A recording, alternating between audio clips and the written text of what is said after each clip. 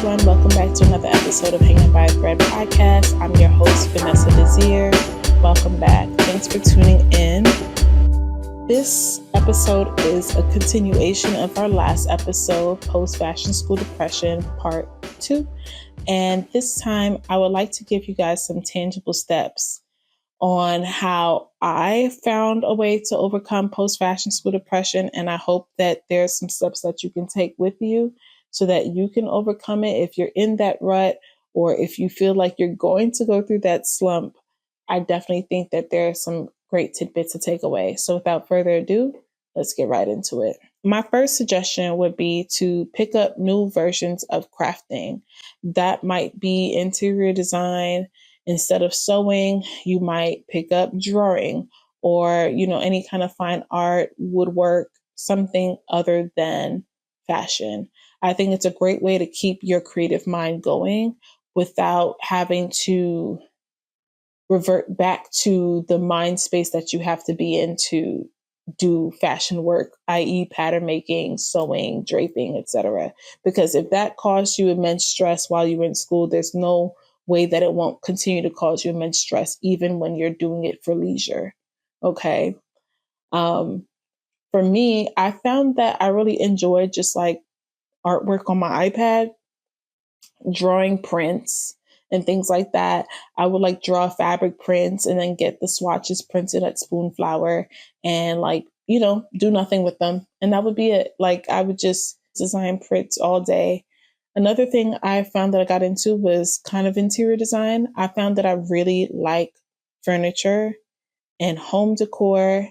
And so I obviously around the time that I left F.I.T and started a new corporate gig, I moved out of my parents' place into my own space, as you see. And I've taken a lot of pride in how I decorate this space. So I've got pink walls that I planned out, diligently. All of my furniture is secondhand from Facebook Marketplace that I had to search diligently for weeks, months on end to find the perfect pieces to bring the space together, and keeping myself distracted and grounded with those tasks allowed me to not think about the stress that comes with making clothes. And overall, I just stopped thinking about making clothes when I wanted to express myself.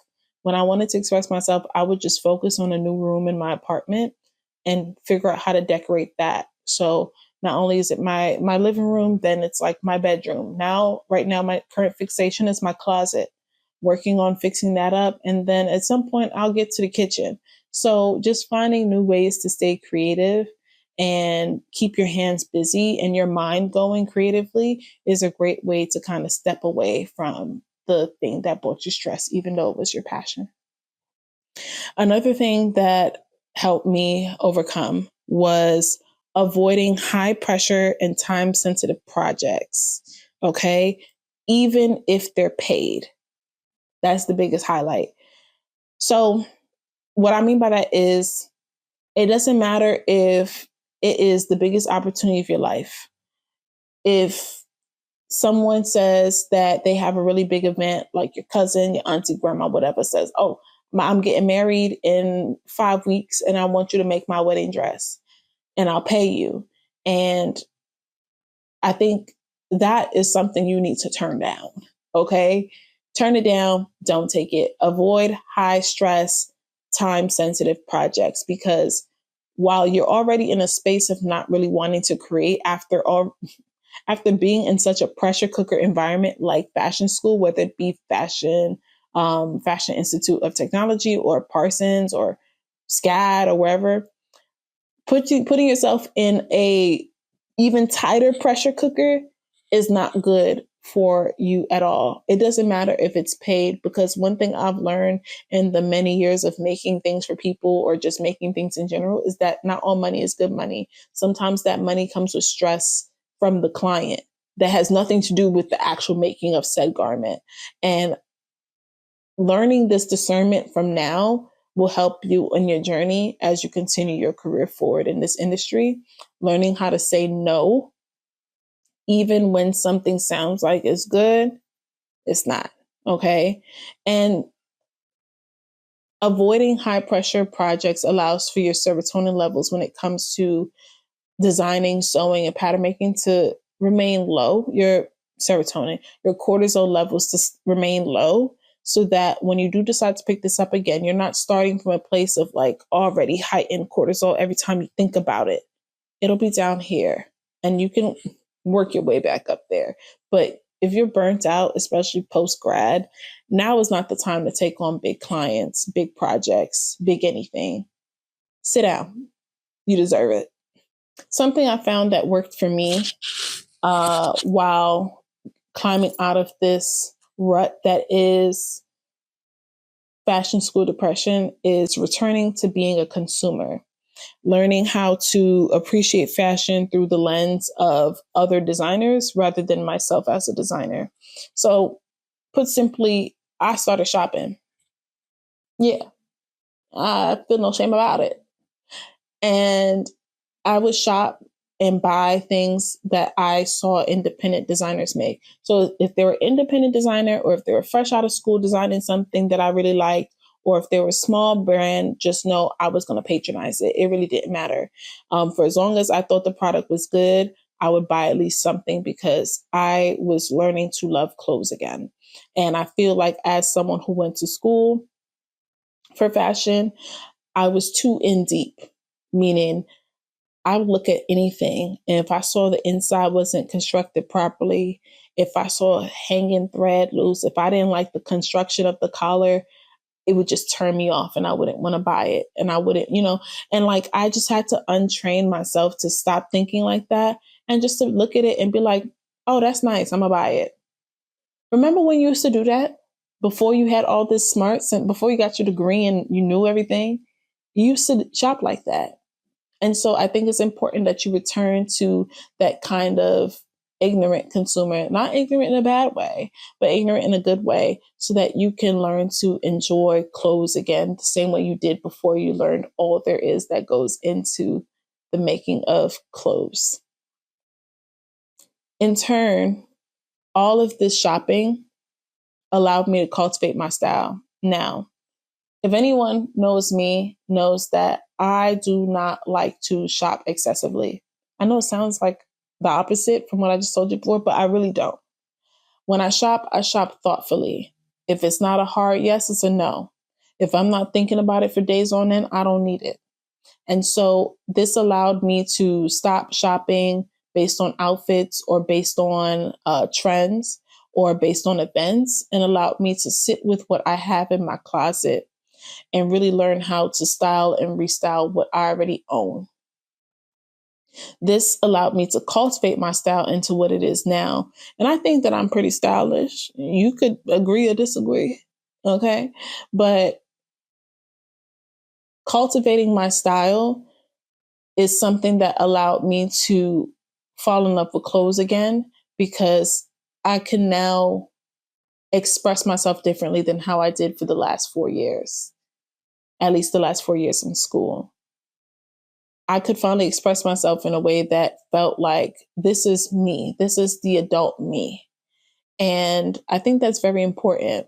So cultivating your style might look like figuring out what in your closet that exists here that you absolutely love and getting rid of what you absolutely don't. And if you feel like there's something that you absolutely should have in your closet, find a way to get it. You might buy it. You might desire to make it, but not yet.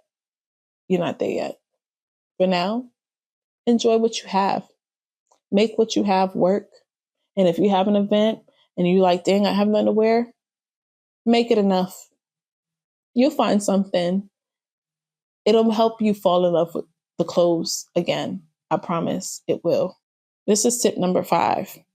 Return to your designing roots and make what you wear. So, fill in the gaps in your style, in your closet, where you feel like something is missing, and make just one-off pieces, just for you, not for nobody else, just for yourself. Fill the voids that exist in your closet, in your style, you feel like are missing to help tie in certain outfits together. That could be like a leather belt. That could be like a skirt or a top or any kind of accessory.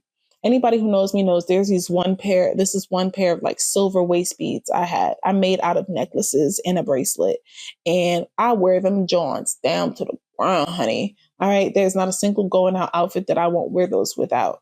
Okay. I made it myself. And I feel like it ties together so many different aspects of my outfits that it's a staple in my wardrobe now. It allowed me to return to my design roots. I tried something new, which is making jewelry, or at least like an accessory that isn't clothing. And I made it for me. So many people ask me for it and I don't make it for them because it's meant to be for me. And that's it. That's all who's meant to have it is me. And I feel like returning to my design roots and making what I wear here and there, you're not redesigning your whole closet, just a few pieces here and there, allowed me to fall in love with the process of making and ideating what is necessary to, have a full look, a full line, if you will. Considering acting like your closet is a full line, what is going to complete it? What is going to help accessorize or elevate it? Return to your design roots. Number 6. Y'all not going to like me for this one. Continue education. Sharpen your skills. And connect with your peers. So this is the perfect time to take after. Let me see. So this is the perfect time after all this time that you spent cultivating your style, picking up new versions of creating and all these other things. Now I want you to continue education, because last thing you want to do is after 4 years of going to design school and then stopping designing for however long you just choose to stop designing, that you lose your skill. Don't lose your skill. Go back. Go take a class or something, honey. Take a class. Do like I did. I took like a fit analysis class. I took a pattern grading class while I was at my company. They paid for it. Okay. I took a Gerber class. Like I'd be taking classes. Okay. Just so I can sharpen my skills and learn something new, because it doesn't hurt to remain a student of your passion. Okay. Now, I said connect with your peers. I mean that. When you take these continuing education classes, consider connecting with the people that you're in these classes with, or reach back into your network of people. It'll be people whose numbers I know you have in your phone that you took one English, one fashion pattern making class with that you never talk to again. Text them. 9 times out of 10, their number is exactly the same. Text them. If you have them on Instagram, hit them up, DM them. Just say, hey, how are you? How have you been? Can we get coffee? Connect with them. And when y'all connect, talk about all the things that you feel like you guys will relate to. Dang, how did you feel post-grad? Did you just like stop designing? Yeah, me too. How did you overcome that? How are you working on that? That's how you find your way out, is finding community in the people around you and learning that you are not alone in this process of moving past burnout with your passion is literally the hallmark step of healing. I know it sounds so dramatic, but it's true. It is a healing process and it's very necessary. So give it consideration, reach back, talk to your peers. You've done all 6 steps. Now, what I want you to do is put it to the test. See if you're ready to move on and move back into that space of creating. Pick up the sewing machine. Yes, it's time to pick up your scissors and your muslin. See if you can do it. Start with a small project, maybe something for yourself, something for your auntie. I don't know, something for your dog, something for my dog. I'll be making stuff for my dog. And just start small and do it in steps so that you don't get burnt out. And so something I did, especially when I was working my way back into things, is that if I had a project I wanted to start for myself, I would take days, weeks, and it would look like ideating for like maybe a week. And then after that, I might pattern make and spend either a full day pattern making or a full week pattern making, and then drop everything. Drop everything. Don't touch anything else. All right. After you've had enough rest, go to the next step, which is cutting or going fabric shopping. After you've done that, don't do anything else. Stop.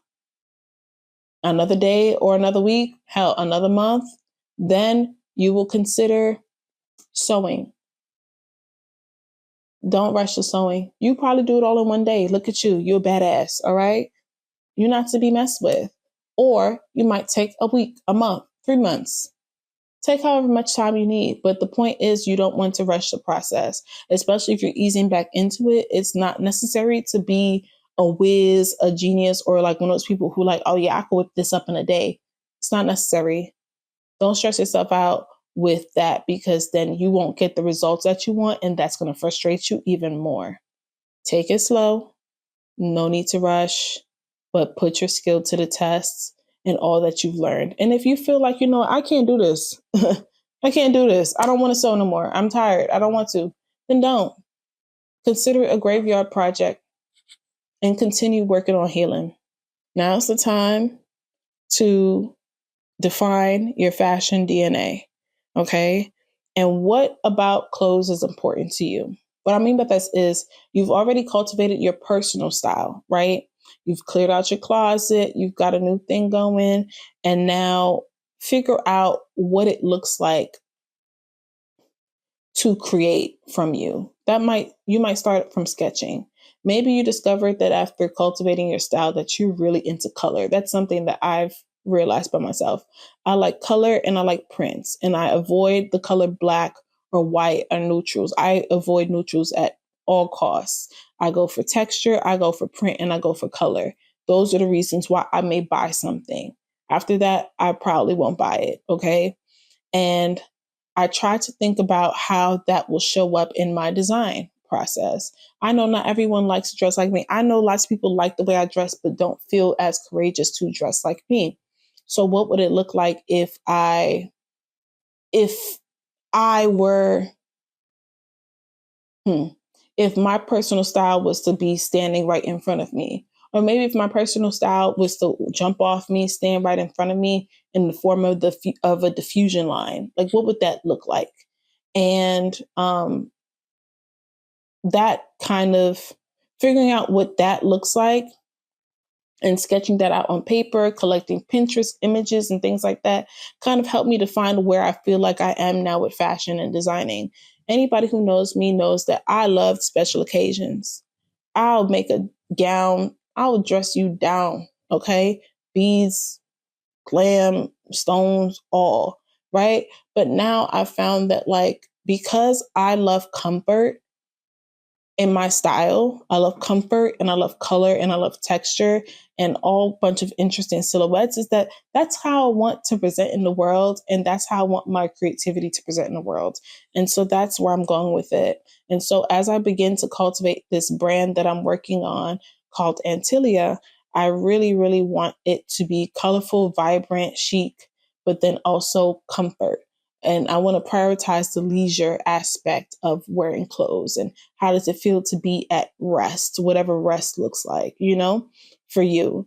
And because that's important to me in my personal life, I want that to be exuded in my fashion DNA. And so those are what's important to me. And I think you should figure out what's important to you about getting dressed. What do you prioritize when you get dressed or when you think about clothes? And how do you want that to translate into clothes you create as time goes on? Last action item on the list. I lost count, but I think you haven't, but it's fine. If you're starting a brand, make it based on all of the above, meaning everything that I just rambled on to you about. I think that's where you should make your brand about. That's what I'm making my brand about. It's focused quite literally on what I prioritize as a consumer, as someone who learned to love fashion through the lens of other designers and learn how to enjoy fashion as someone who's buying it and not making it. Also, with what I've understood about myself as I've come to cultivate my personal style. And then lastly, when I think about what's important to me about getting dressed or what about the clothes that I purchase, all of those things in total have helped me ideate my newest brain baby, which is a fashion brand. And I think that all of those things are great pillars for you to think about when creating your fashion brand is, or just getting your spark back in general. But if you so choose that moving on to creating a fashion brand is what you want, I think that all of those ideas together, all those arcs or pillars together will help you create the basis for this new empire that you plan to dominate the world with. I've said a lot, but I wonder if you agree with anything I've shared. Or if you have anything else you'd like to share. What are some ways that you overcome post-fashion school depression? These are all the ways that I did. And I'm finally over the hump, I can say successfully. Do I sew? No. But I realized that that's not part of my story anymore. I don't feel like I need to be behind the machine to be productive in my craft. And I don't think I necessarily need to be the one bending over, breaking my back on the table, on the floor, whatever, to get something done, unless I have a project to do, of course. That is subjective and may not be true for you. However, that is true for me. I'm in a space where I'm learning the opposite side of creating, which is figuring out how to outsource the labor. And that was the one thing I feel like I didn't learn in school. And so I'm figuring out that now. And so with that being said, I am no longer leaning on my many skills. I mean, I'm leaning on them in some way, but like I'm not really doing them. I don't feel like I need to. But you might feel differently about that, or you might feel the same.